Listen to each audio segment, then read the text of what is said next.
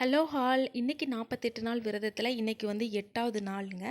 So இப்போ தான் நான் வந்து சாமிக்கெல்லாம் விளக்கெல்லாம் கரெக்டாக எடுத்து வச்சுட்டு அண்ட் வந்து மலர்கள்லாம் வந்து நான் எடுத்து வச்சிட்ருக்கேன். அண்ட் உங்களால் கையால் கட்ட முடியும் அப்படின்னா தயவுசெய்து வந்து நீங்கள் பூவை வந்து கையால் கட்டி மாலையாக தொடுத்து நீங்கள் வந்து கடவுளுக்கு வைங்க. அது ரொம்ப பாசிட்டிவிட்டியாக இருக்கும் நம்ம கையால் பண்ணுறப்போ.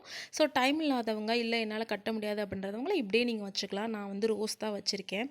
ஸோ வந்து இன்றைக்கி 8வது நாளுங்க. ரொம்ப டயர்டாகவும் இல்லை டயர்டு இல்லாமையும் இல்லை, கொஞ்சம் நார்மலாக இருக்கிற மாதிரி எனக்கு ஃபீல் ஆகுது. அண்ட் வந்து இன்றைக்கி வந்து நான் வந்து நெய்வேத்தியமாக வந்து பாலும் வாழைப்பழம் தான் வச்சுருக்கேன். அண்ட் சில பேர் கேட்பாங்க, டெய்லியும் இந்த விளக்கெல்லாம் க்ளீன் பண்ணணுமா அப்படின்னு சொல்லிட்டு கேட்பாங்க. அப்படிலாம் இல்லைங்க, டெய்லியும் வந்து க்ளீன் பண்ணுற வேண்டிய அவசியம்லாம் இல்லை.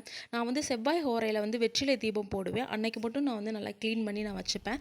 மற்ற நாள்லாம் வந்து நான் க்ளீன் பண்ண மாட்டேன். அண்ட் விளக்கு போட்டால் அந்த இந்த சாம்பிராணி அதெல்லாம் காமிக்கணும்னு சொல்லுவாங்க.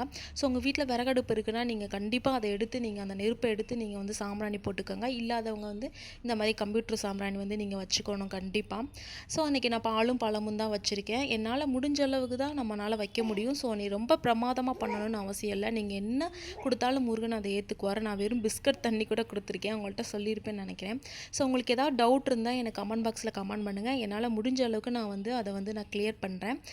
ஏன்னா என்ன மாதிரி நிறைய பேர் ஃபஸ்ட் டைம் இருக்கிறப்போ குளறுபடியாக இருப்பாங்க. ஐயோ இது பண்ணலாமா வேணாமான்னு சொல்லி உங்களுக்கு தெரிஞ்சதை தெரியாததை கேளுங்க, நானும் சொல்கிறேன்.